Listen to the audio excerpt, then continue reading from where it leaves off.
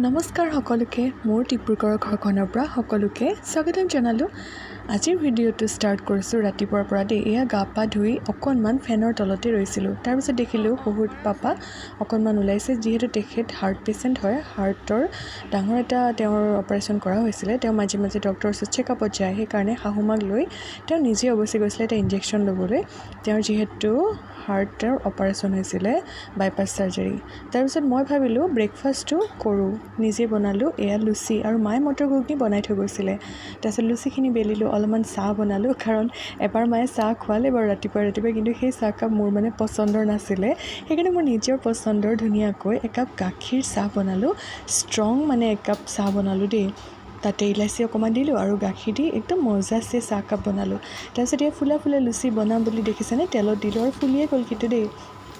ফুলা লুচি খাই যেনেকৈ ভাল লাগে আৰু দেখিবলৈও কিন্তু চবৰে ভাল লাগে ন। মই কিন্তু বৰ ভাল পাওঁ। আৰু এয়া চবখিনি বনাই হৈ গ'ল। তাৰপৰা চিমনিটো অফ কৰিলোঁ আৰু মোৰ এয়া ব্ৰেকফাষ্ট ৰেডি হৈ গ'ল। ধুনীয়া লুচি, ইমান ফুলা নহ'লেও খাই কিন্তু টেষ্টি। আৰু এই কাপ দেখিছেনে, মোৰ পচন্দৰ গাখীৰ চাহ আৰু এয়া ঘুগনি। তাৰ ওপৰতে দি ল'লোঁ মই অকণমান গাজৰ চাটনি, গাজ টেঙা।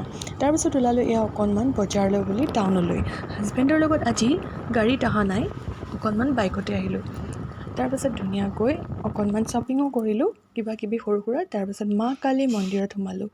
এয়া হৈছে আমাৰ টাউনৰ ভিতৰত এয়া মা কালী মন্দিৰ। তাতে ভগৱানৰ ওচৰত এয়া সেৱা ল'লোঁ। মা কালী ঠাকুৰ মাৰ ওচৰত এয়া সেৱা ল'লোঁ।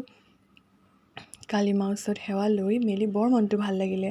মই ভাবোঁ শত্ৰু কোনোবা আছে যদিও বা কোনোবাই বেয়া ভাবিছে যদিও মা কালী সকলো সৰ্বনাশ কৰি পেলাব।